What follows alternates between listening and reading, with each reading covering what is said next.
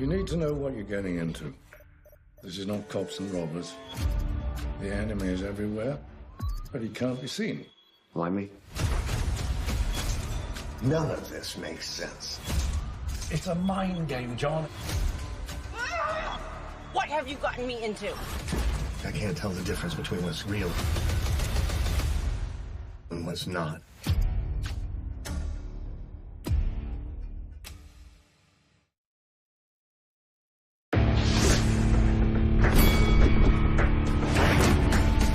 Reveille, reveille, donks. Look at us now, tip to tip. This is our life. This is our passion. That's the spirit we bring to this show. I'm Luke Thomas. I'm Brian Campbell. This is Morning Kombat.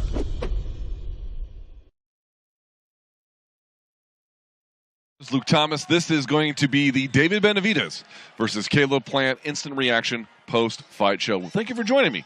The main event has ended. I don't have my thing buttoned anymore, but I am ready to get this going. Now, Brian Campbell, who is my partner in crime for Morning Kombat, is actually right over there doing a CBS Sports HQ hit. When that is done, he will return to the stage here, and we'll, of course, take you through everything. I'm going to get you started. So if you're watching now, thank you so much. We really appreciate it. Thumbs up on the video. Hit subscribe if you're new. We'd really appreciate that. We do these post-fight shows late into the night, but we also do the regular Morning Kombat Monday, Wednesday, and Friday. And I know some of the MMA fans are going to be wondering, what about the UFC stuff? We got plenty of coverage coming for that on Monday. We're going to get to Corey Sandhagen's win and everything else. But right now, we're talking about what just ended behind me. You can't quite see it because it's over my shoulder, but the middle cam will show you here in just a second. We are here in the MGM Grand Garden Arena, actually in this thing. There's still some people here because they're doing some post-limbs. But we want to talk about the main event that just concluded. So, if you have been living under a rock and you don't want spoilers, now's your time to go. 5, 4, 3, 2, 1. You can hear the commentator there, Miguel Flores, I believe, a ring announcer, bringing some other folks to the ring. But here's how the main event went for David Benavidez and Caleb Plant. David Benavidez wins via unanimous decision with scores as follows: 115-113, 116-112, and then 117-111. I think the last two, to me, are a little bit more defensible. Obviously, it's just one fight. Sorry, couldn't tell who was coming there. Obviously, it's just one fight, and it's actually the way you want to think about this main event, to me, was that everything kind of slowly turned into what it ultimately became. But if you look at the scoring, it almost feels like a tale of two fights. Namely, everything that happened up until the 6th round, and then everything that happened from the 6th round on. What do I mean by that? From the 6th round on, I believe the unofficial scorer for Showtime, Steve Farhood, never gave a single round from 6, 7, 8, 9, 10, 11, and 12. Didn't give a single round to Caleb Plant, and neither did I. In the first 5, it becomes a little dicier. There are possibilities to have 4-1 Caleb Plant inside the first 5. I had 3-2 Caleb Plant inside the first round. But once David Benavidez started going downhill, it just stayed that way. Truly, let's just back up a step here. Cards on the table.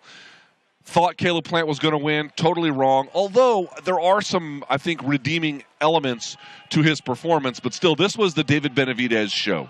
And he won and deserved to win. And from the 6th round on, was frankly unstoppable. So here's how the fight went from what I can tell. And again, talking about through the first 5. Competitive in spots. The first round was kind of hard to judge. I thought Caleb had a better 2nd and 3rd. Maybe Benavidez had one in the 4th, and then Caleb maybe rebounded a little bit in the 5th. That was it. But what was Caleb doing early? Early, you saw him using this sort of lead hand as a way to kind of judge distance, be an element to distract, right? He could go high, then he would jab to the body. He would set up a lot of different things he would want to do. At times, you could see David Benavidez kind of slapping it out of the way to get frustrated. But Caleb Plant initially was working behind the body jab, laterally. He was getting Benavidez to cover up and then throwing quick flurries, body and head. You saw some of the same things, and he didn't just do them in the Durrell fight, but from the Durrell fight, where he was doubling up on the same side or doubling up on the other side, right, where he go left hook to the body, left hook to the head. So early on, it looked like Caleb Plant had the right idea, and early on, he was landing more, ultimately, than David Benavidez. The movement was there. The anticipation was there. David Benavidez was trying to jab his way in. It was, working sometimes. It wasn't that effective. He was counter-striking a lot, counter-punching, kind of just waiting around. And we always know that David Benavidez doesn't necessarily start strong. And so you thought, okay, Caleb's doing well. This is going roughly according to plan, of course, as we indicated, having the Stephen Breadman Edwards in his corner this time. Breadman Edwards, of course, was the game plan mastermind behind J-Rock's win over Jared Swift Hurd. So you knew he had some kind of idea about what to do in those spots. Another thing that you saw Caleb do was he was on his horse. He was working to the body. He was working in combination. And then when Benavidez got too close to him, he would clinch up, right? You saw that all the time. And for the first 5 rounds, however many you want to give to Caleb, I thought he won the majority of them, either 4-1 or 3-2. This was going fairly well-ish for him. This was going pretty well. Again, he was winning the fight up to that point. But here's the problem. And this is where it all kind of came apart for him in the end. Number one, I think this was the biggest factor. We're going to get BC's opinion here in just a few moments. But to me, he just couldn't hurt David Benavidez. If you look at their faces afterwards, and of course that's a very rough measurement of things, but Caleb Plant did have a cut from an inadvertent headbutt, but was also, his ear looked really swollen and red, not kind of cauliflower swollen, but bad. His face was a mess. Like, he really was wearing the damage in a way that Benavidez simply wasn't. He wasn't getting hit enough for that to happen. Caleb Plant was able to score early, but he was never able to discipline David Benavidez. He was never able to get David Benavidez off of him. He was never able to get David Benavidez confused or really thinking, at least not for long stretches of that bout. So in the first 5 rounds, I thought Caleb was doing pretty well. I thought the clinching was pretty great.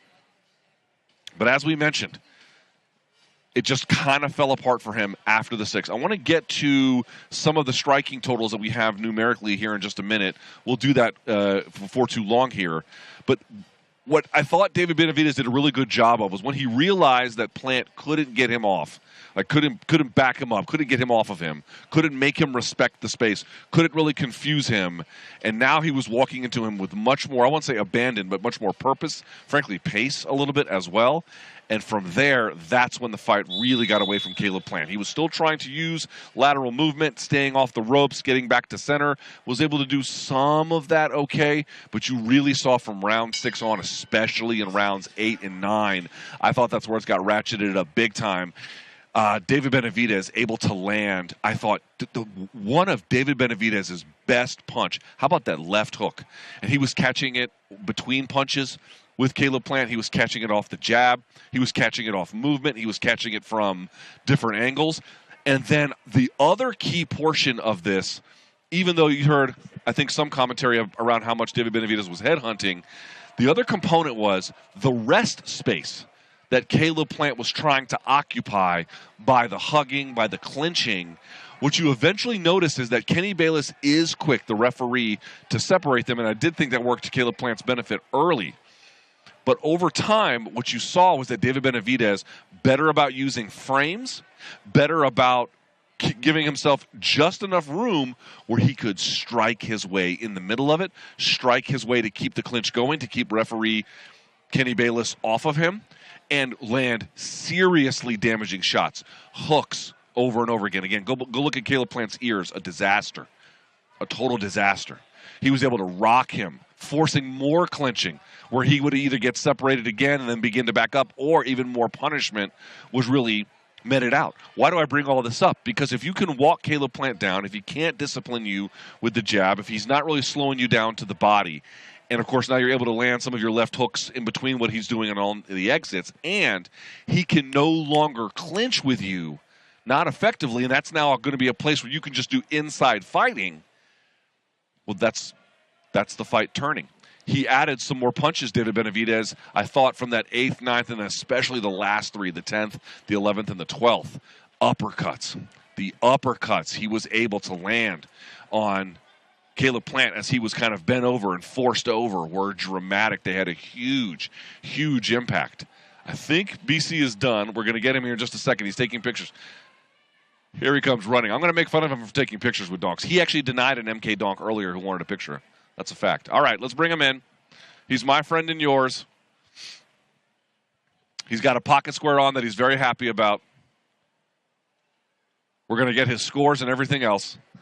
Boy, I look like shit with this untied tie. Good Lord. I mean, it's Brian Campbell. I mean, when are you back on shift as the chauffeur, Luke? I mean, what are we doing here? Really, I really just look like I'm going to get your car. I mean, I'm wearing every shade of blue they've ever made, but let's talk about the fight. Well, let's pick up where you left off. Where are we in this I was just show? about to give Caleb Plant some compliments for his toughness. Let's give him a lot of compliments. This is David Benavidez' night. It's his night. But the relentlessness, the toughness. His stock did not go down today. No. Well, it did a little bit. Yeah, it did. Look, here's the idea ultimately. Caleb Plant had to keep this fight on the inside to be able to lock up Benavidez when things got tight. The problem is he was really never able to consistently get off offense on the inside. So he does show... Benavidez was. Exactly. So certainly from a toughness factor, from a willingness to face the best, you have to love what Caleb Plant showed in the build-up to this fight, on fight night, and the respect afterwards. But how about this fight that's built on trash talk and the real hate and Benavidez telling me on stage, fuck no, after Friday's weigh-in, would the hatchet ever be buried here? Plant loses the fight, certainly gains a lot more respect of anybody who had doubts about him. But then the two of them go from enemies to friends just like that. Caleb Plant did earn that in defeat. Obviously, though, across the board, everything we said about David Benavidez in terms of his upper bound limits, his potential as the Mexican monster, as Mike Tyson named him. Oh, boy, that boogeyman at 168 is for real. He's coming. The pressure is relentless. It's pressure on top of pressure. And if you can't hurt him and if you can't escape him, what can you do? That's what's going to happen. I mean, there was a way this could be a lot like the Canelo fight. There'd be different opponents for Caleb Plant, but the idea of he might win a certain amount of rounds in the first half, but then it's that pressure walking him down. Can he withstand it? I do wonder in this fight, if it was a different referee, if it was a smaller ring, maybe Caleb Plant would. He looked close to going out a couple of the rounds. Right. In the end, it doesn't matter so much. It's still just as impressive a victory for Benavidez, but how much do you think the Kenny Bayless factor played into anything? People were very upset. Honestly, here's what I said. And I looked at Steve Farhood's scoring, and I think yours and mine matched it. I said, it's not a tale of two different fights, but the scoring kind of looks that way. Here's what I mean. Rounds 1 through 5, you can find 3, sometimes 4 rounds for Caleb Plant in that first 5. So it's either 3-2 or 4-1 to Plant. I scored it. The fight 9-3. I gave Caleb Plant, though, 3 rounds, 1, 2, and 4. 4. Right. So this is my point. He had the first 3 with inside the first 5. But the 6th round on, Benavidez never looked back. And I like the way that you put it. I was saying the exact same thing. Listen, if you're Caleb Plant, he was able to land on Benavidez early. He was able to score early, and that mattered, especially given some of the early hesitancy from David Benavidez, which we know he does. But he couldn't hurt him. And he couldn't confuse him. Yes, some of the movement was good, and he was able to be slippery early, but not enough to avoid the damage. And I like what you brought up. You're asking about the Kenny Bayless factor. Early on, I thought it was significant. As time wore on, I did not think that as much because Benavidez was able to frame and score uppercuts and hooks in these tiny, tight little windows that was ringing Caleb Plant's bell over and over and over again. And at times, you'd actually see Kenny Bayless reach in to break them up, and you'd see Benavidez still throwing through all of that, scoring. Caleb Plant at times, true or false, especially later, hanging on for dear life in this contest. And again, under different circumstances, a smaller ring, maybe a different referee would have handled differently. The reason why I'm not as up in arms, did Kenny Bayless go too far and have too much in the hand? Yes, he did. The thing that I'm ultimately saying is, that's what you get. I mean, he's a Hall of Fame referee. He has the great reputation. But referees have strike zones just like umpires in baseball. Look no further than the 2-fight series, which was Floyd Mayweather and Marcos Maidana from 2014. The first fight, a majority decision, wild, incredible, fun. Tony Weeks was your referee. Tony Weeks from Castillo Corrales won, right? Kenny Bayless, number 2 in the rematch. You saw a much different fight. You also saw Floyd use a much different strategy, relying on his legs and his quickness and his boxing. But you have to know what you're getting into with this type of referee. But I'm basically saying, for all the hullabaloo, the right guy won. The right guy still figured it out. Look, we ended up, you and I, in a very close fight on paper, odds-wise, picking Plant, believing in those skills, believing that he could endure, and boy, did he endure. Let's give him that credit. But we were ultimately predicting David Benavidez' demise based on the idea that he looks so perfect to get a certain level against a certain level of competition. But what is going to be the hole that jumps out on the highest level when tested against a guy who's quicker, more adaptable to the pure science of it? None of those questions emerged. I mean, because he had the answer every single time. He didn't guess out, even though he certainly used the bad blood between them to fuel himself. Never too far to a negative point. Maybe in rounds 1 or 2 were the only times I'm thinking Benavidez chasing a little bit too much, trying to do mano-a-mano. Ultimately, Benavidez held firm. So when you removed all of those potential intangibles, and even though I predicted that from a toughness factor, Plant had the potential there to go the distance and maybe even have a chance on the scorecards, the punches from Benavidez really took the starch out of Plant. Yeah. Really, where it became survival mode around in that round 6 to 7 area was the first time you're seeing Plant get rocked by punches, and you're starting to ask yourself, is he one punch away from a knockdown? Is he one more big punch away from this fight being over? I give Plant obviously a ton of credit for being such a dog in the 12th round, for still coming back at him. But round 6 through 12 went Benavidez' way in a lot of ways, because those punches, although not knocking down or finishing Plant, they had a lot of effect on his stamina. They wore him down. Dude, Benavidez is that guy. It didn't matter, did he overtrain? It didn't matter any of that. This is why you make the fights between the elites, to find out. Boy, we found out, and it's one of those times where you're happy. We got to give predictions because that's what we do on our shows, but you're happy you got it wrong, because you want to see that guy potentially knocking on the door of Canelo Alvarez. That's something we've been talking about for, I don't know, 3, 4, 5 years in terms of what type of opponent could ultimately be that perfect kryptonite for how great that undisputed champion is in this division. Let me say something about the pick, the Benavidez and the Plant pick. I mean, obviously we're totally wrong, and Raul Marquez blowing us up on Twitter for, I see you, Raul. I see you. Yeah. But he told us, though, to our face. He was right. And listen, let's call him out. It's his moment. But he said, I'm not going to be there after the fight when you guys are crying because Caleb Plant got stopped. Yeah, no. I mean, DeMonte, can you pull, can we step on the brakes a little bit here? But here was my hesitancy ahead of time. And if you talk to all the other boxing experts, most of them, not that we are, but if you talk to actual ones, they mostly thought that Benavidez would do ultimately what he did. He was the favorite to win this one. So there you go, LD Monte. Good job picking the favorite. God, you look like Vince Vaughn and swing. I know. Right I just look the worst. Anyone know where the high school girls hang out? This is great here. I look terrible. But here is the thing, BC, and you might agree with me on this.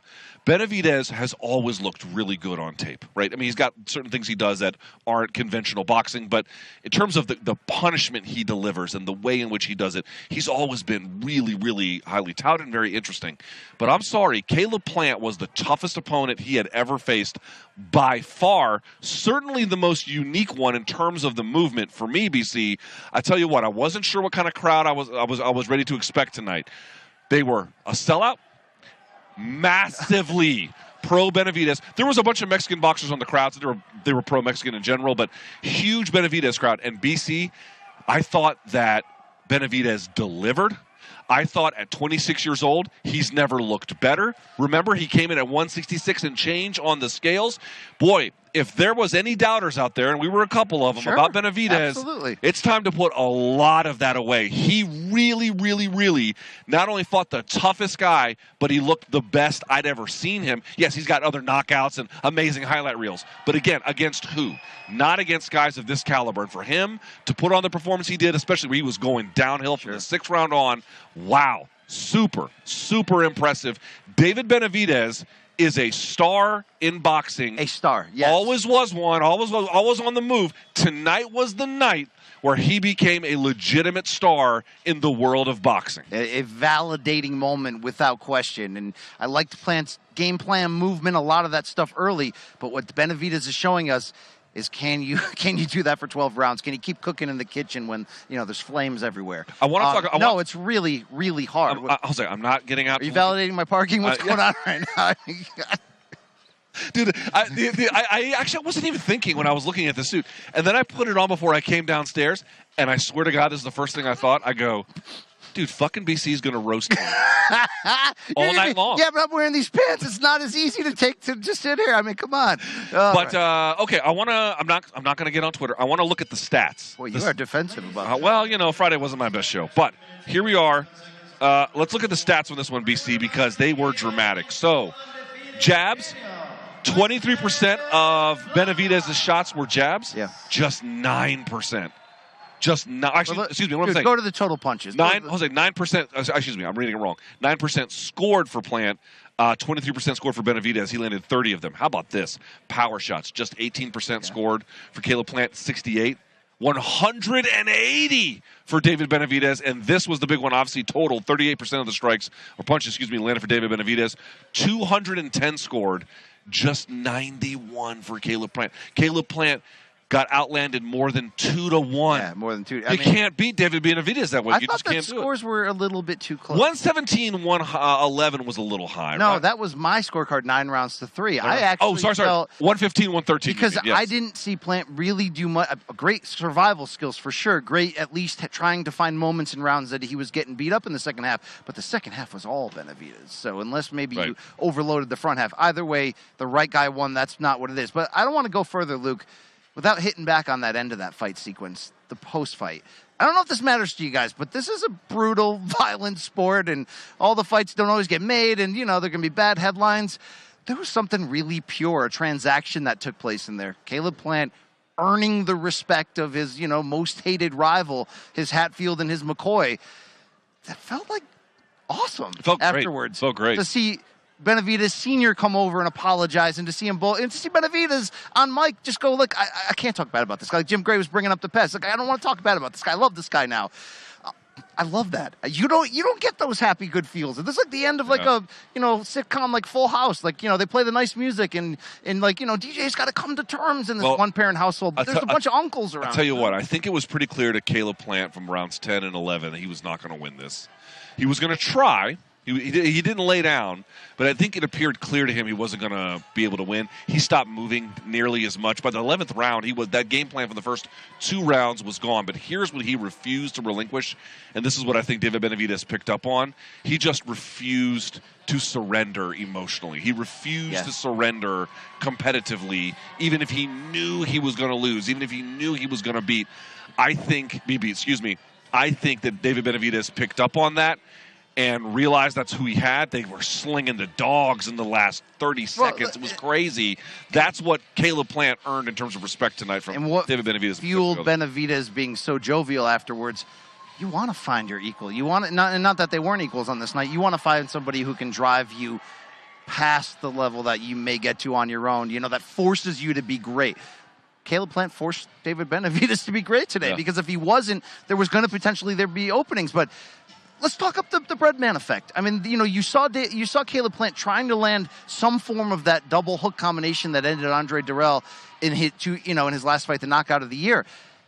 Came close early. Looked at one point when they traded punches. I think it was the 4th or 5th round. It looked like Plant finally landed it, but this monster just ate it and kept coming forward. So, and the flurries from Caleb Plant, they didn't amount to much. They didn't. And so, I give Plant a lot of credit. His confidence was through the roof. But we were asking too much of him and a new trainer if Benavidez was able to leave no questions lingering, and that's exactly what he did. So the crowd was electric tonight. Great crowd. It's no secret that I'm a sucker for this, right? Big time Vegas championship fight feel. We always say the last 10 minutes before, they touch gloves to start a pay-per-view main event is the most exciting 10 minutes in sports. And, you certainly had that tonight. I'm not comparing this pop or this feel to when I was in the same building for Mayweather-Canelo in 2013 or Mayweather-Pacquiao or over at T-Mobile for even Mayweather-McGregor. But there was like an extra special feel in the air, not just in the build-up to them walking to the ring, to the fans being all pro Benavidez, but there was just an extra level of energy. The fans really appreciated the fight that they got. It wasn't a barn burner. It wasn't, but it was dramatic. It was intense the whole time. And watching Benavidez, what a night! What a close-up for the sport. What a night! Watching Benavidez connect with his own audience. I guess he's done it before. He's big in Arizona. Obviously, we're not far from there. You saw a lot of Arizona flags in attendance here tonight. But I really, really believe this was the night that he met the demands of the Mexican fight fans. He met them. I think, in many ways, exceeded them. And it brings us, BC, to this conversation that we have to have. You heard David Benavidez say it afterwards, although it's no secret. In this weight class, at 168 pounds, there is one man who has all the titles, and his name is Canelo Alvarez. Now, Canelo Alvarez has a mandatory fight he's taking for Cinco de Mayo against a guy by the name of John Ryder. Correct me if I'm wrong, BC. Canelo Alvarez typically fights around 2 times a year, once on Cinco de Mayo, and then once in September for Mexican Independence Day, right? So we don't know what he's going to do. He has this fight with Ryder coming up. He has told most media outlets he wants another crack at Bivol. I don't know what's going to happen. I don't like that fight for Canelo, obviously based on what happened, but we'll see. BC, what are the impediments to making a fight between David Benavidez and Canelo Alvarez? Lay that one out for us. How does that one get made or not? In theory, it comes down to Canelo. Now, reputation for Canelo in terms of always looking to make the biggest fights, check, right? We got that. But membership has its privileges. When you're the biggest star in the sport, Canelo is. When you're among the pound-for-pound best, and look, he just had his run where he was the pound-for-pound best without question. He's also a competitor. He also realized that even though we watched Bivol kind of largely, one-sidedly beat him, it was 7-5, 7-5, 7-5 on all 3 scorecards.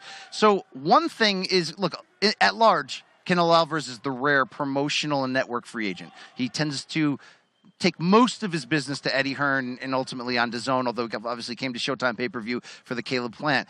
It's going to be up to him. As long as he didn't sign something with Eddie Hearn that keeps him there, an extra fight or any kind of option, when Canelo gets through with John Ryder, he's going to have a decision potentially. It could depend on Bivol's schedule, and we all, of course, want Bivol to go in the direction of Artur Beterbiev and have their own undisputed fight at 175 for all 4 belts. But Canelo's got to make the decision of giving the fans exactly what they want of this type of fight between Mexican superstar, Mexican-American rising stud who has captured that fan base and come back to the division where he's best in show. No one's going to hold it against him if you dare to be great. But Benavidez is finally back. He did the work he had to do. This fight already would have happened if Benavidez hadn't been stripped of the title for missing weight, his fault, or maybe even years earlier, with the earlier stripping of the title. Benavidez at 26 put it all back together on this night. He did his part. He's got the interim WBC title for whatever that's worth, and he's got the fans saying, okay, this calendar year, I hope we get Spence Crawford. I don't know if we're getting Fury Usyk. I don't know about these other ones. I know we're getting Tank Davis, Ryan Garcia, April 22nd. And they could make this fight here in Canelo Alvarez versus David Benavidez that is arguably as big or bigger than all of those. Based on your expectations for entertainment, one of the best divisions in the sport, 168, all 4 titles on the line. I mean, this man is the boogeyman of this division for a reason, Benavidez. It still holds true. Even with a guy like David Morrell, a young fighter who looks really good, has a title. Even with all these other names, Jamal Charlo possibly moving up, Andrade, all that. The one guy who you're like, oh, okay, that might be the kryptonite for Superman. It's Benavidez. He made me, again, I wasn't, yeah, I guess he did make me a believer. I guess he did. He made me a believer in what he could do in this weight class. Who would you favor in a fight between Canelo and Benavidez? Here's what's interesting about that. Canelo did not have the best 2022. He dared to be great, but lost against Bivol. And his trilogy fight at 168 against middleweight champion and aging Gennady Golovkin was not this showcase of history or back and forth. Canelo kind of limped to the finish line and got a decision. Deservedly, not a great fight. Canelo's got a lot to answer right now. Can he get back to that position atop the pound-for-pound list? The competitor in him is going to want to prove that. So, I think there's a very good chance we see this year. The other factor is you just have to wonder how much the boxing industry inside Mexico, heavily powered by fans, but the other power players there too, what kind of pressure they're going to put on Canelo to take this fight. Did you ask me who would be favored? Is that what you asked me? How would you see it? I mean, it's funny, right? Canelo I'd see it in the front row. No, yeah, right. But Canelo is not the kind of fighter Benavidez is, but a similar game plan from both broke Caleb Plant. Sure. Obviously, Canelo was able to do it in the 11th. He did a ton of body work, which, by the way, Benavidez didn't do a whole lot of. No, he didn't. A lot more headhunting. But I think especially early on when Caleb Plant was still so spry and prime before the punches started to wear him down, it wasn't easy to slow down the moving target. Also, something we thought when we saw them at the weigh-ins, like, oh, Benavidez is not that much bigger, but in the ring, he looked so tall, He just looked like a much bigger guy. So, I don't know, man. Canelo's hard to pick against, but at 26, David Benavidez is 26. Well, I guess what I was saying is this is the best time to make this fight and try to see how close the odds actually can get. Because there's some questions about, has Canelo aged a bit? Is he still that dude? Because he turned pro at 15. Let's not forget, okay? Right? He had like just as many fights as Floyd when they met in 2013. It's incredible how long he's actually been around. But David Benavidez' stock could not be any higher. And let's put the final bit of respect on what Benavidez showed, and he shouted himself out afterwards. He did show responsible defense. He wasn't squaring up and there to be hit. I thought his slow pace in the beginning was necessary. He needed to let Caleb Plant get all that movement out of the way. But once those short chopping punches and the work on the inside started to happen, man. Denying the clinch, too. Denying the clinch. And if there's any way that fight couldn't get made, you just as much want to see him against Charlo, Andrade, or Morrell. Like, you're damn right. Right, okay, so those are great. We have to talk about it here. Caleb Plant, again, first, two-fifths of the fight, did pretty well. After that, it kind of got away from him. Where does he go from here? Because, again, stock rose in terms of the dog factor. Yep. But your stock gets hurt because now you face a guy who's a top contender in the weight class, and you lost thoroughly, so that puts you down a little bit further, has some work to do. Would an Andrade fight make sense? Who would make sense for Caleb Plant at this stage? It sounds, lame to say it, but any of those super elite names, you know what I mean? I mean, would you love to see a debuting Jamal Charlo at super middleweight again? The thing is, I don't think Caleb Plant's going to necessarily want to go back to the drawing board and step down his level of competition. He's trying to be as great as he possibly can be. I mean, it meant a lot to him, whether it was safe or sound or not, to finish this fight. That meant a lot to him. Huge, and to still be pushing the pace. Yes. To have his chance to win over the respect. Look, Caleb Plant got criticized a lot when that soundbite came out of the fight against Canelo. Do you know the soundbite I'm talking about? That conversation they had when he looked at Canelo and was like, what do you think about my boxing ability? Like, not bad, right? And people were like, you really trying to get validation from your opponent there?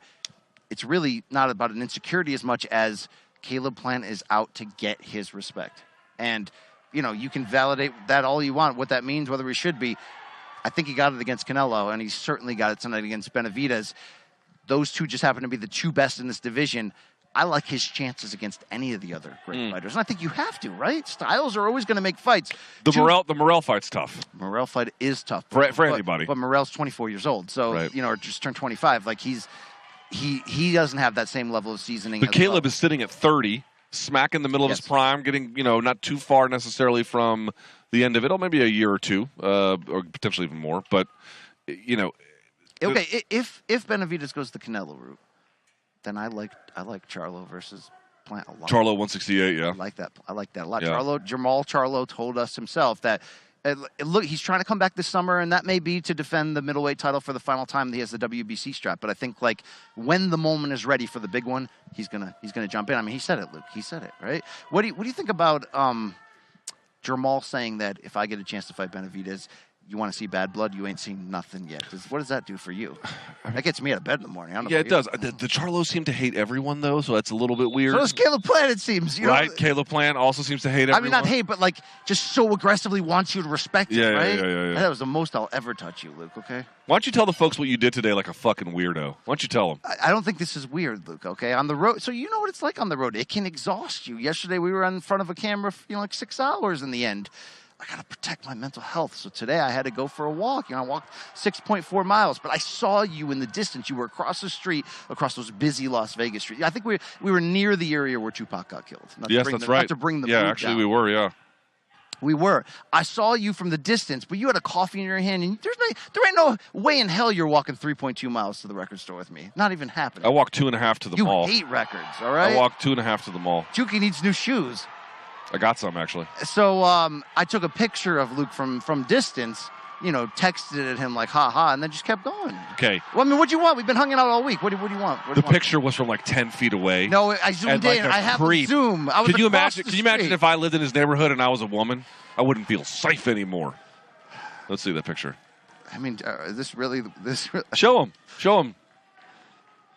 Look at that. This douchebag got me just walking down the street with the Starbucks in my hand. So the thing was, so you give me back a diatribe over text. It's like, well, I'm not. I just want you to know. Diatribe. I just want you to know I'm not mad. That wasn't a part of my factor. That wasn't a part of my equation. That wasn't part of my, No. What I meant was, what I said to you was that I thought it was because you had walked all that way 6.4 miles to go to the record store. I actually thought that was really cool. And then when I realized you were like 5 feet away from me taking pictures like a creep, I said it was really Those unnerving. are 3- and 4-lane roads with crazy people. I mean, I'm not going to, what am I going to run across to say hi to you? I saw you all Yeah, I see you taking pictures of the local MILFs. I was going to work for 3 hours with you. I mean, I can only take so much LT, all right? I know what you want from me, all right? All right, fair enough, Dad. I will say this. I mean, are you going to check on the rental property? Yeah, or not? I will. Look at me. I got to go Uber after this. I did think that the scoring in the main event was basically fine, and what I mean by that is the scoring on some of the other cards tonight, like the Valenzuela-Chris Colbert fight, was a disaster. A disaster. No, a disaster. You're like, it was close. Okay. Not like that. I do want to say that neither you or I were scoring it round by round, so we cannot until we go back and 95-94. Okay, look, it was a close fight. That score to me is not necessarily a robbery. I reserve the right to go back and check it. I think the problem was that all 3 judges, 2 of those being my Connecticut guys that have very good reputations in this game, Glenn Feldman and Don Trella, all 3 had the same score. So it looks like this organized, we got it wrong, it's a ridiculous robbery. But even though Colbert succumbed to some big punches, including getting floored in round 1, he was coming back in a lot of these rounds and rallying. Yeah, but dude, there was a lot of rounds where he was laying against the ropes getting teed off on. Look, all I'm trying defending here is, we got people tweeting out like this is why boxing is dead and blah, blah, blah. It's like, it was a close fight. It just, maybe all 3 judges got it wrong. Let me review it and watch it, but it was a really fun fight. I mean, the first 2 fights were fantastic. Pretty good. I can see why Valenzuela, after dropping Colbert and then having strong moments throughout the course of that fight, would feel cheap. I mean, Jim Gray didn't like the scorecard. He certainly didn't. He let everyone know about that. Yeah. BC, anything else? I can't wait for Monday's Morning Combat Show where we look back at, we have to talk about UFC stuff. San Antonio, we spin this fight card forward. Speaking of crazy-ass scoring, I saw some of the results from that one.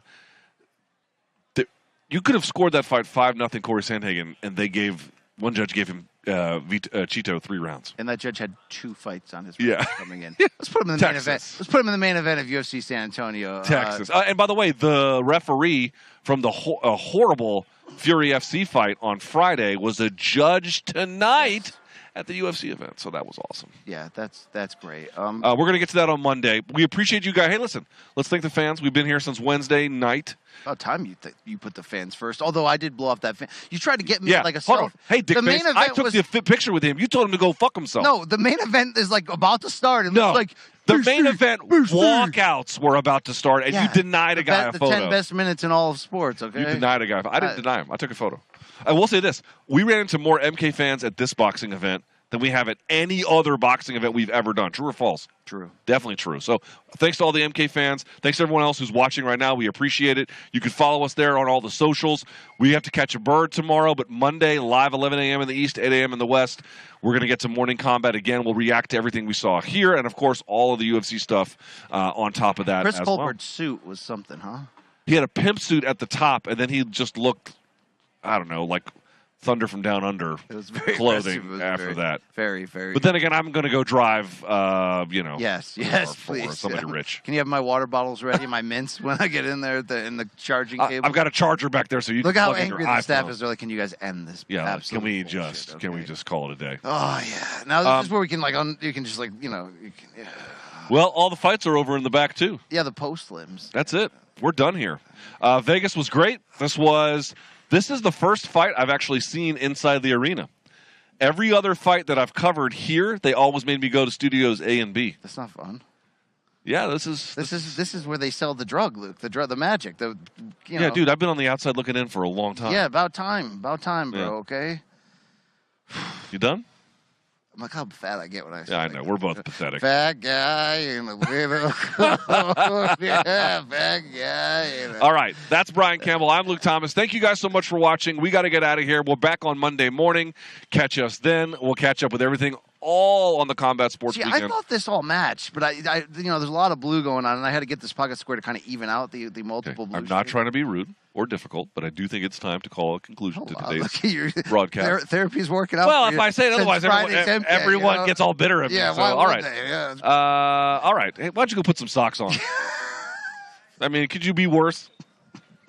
Oh, God! Get those fucking things out of here! What are you doing? All right, we're done. That's Brian Campbell. I'm Luke Thomas. Thanks to everyone in Las Vegas. We're done here. You need to know what you're getting into. This is not cops and robbers. The enemy is everywhere, but he can't be seen. Why me? None of this makes sense. It's a mind game, John. What have you gotten me into? I can't tell the difference between what's real and what's not.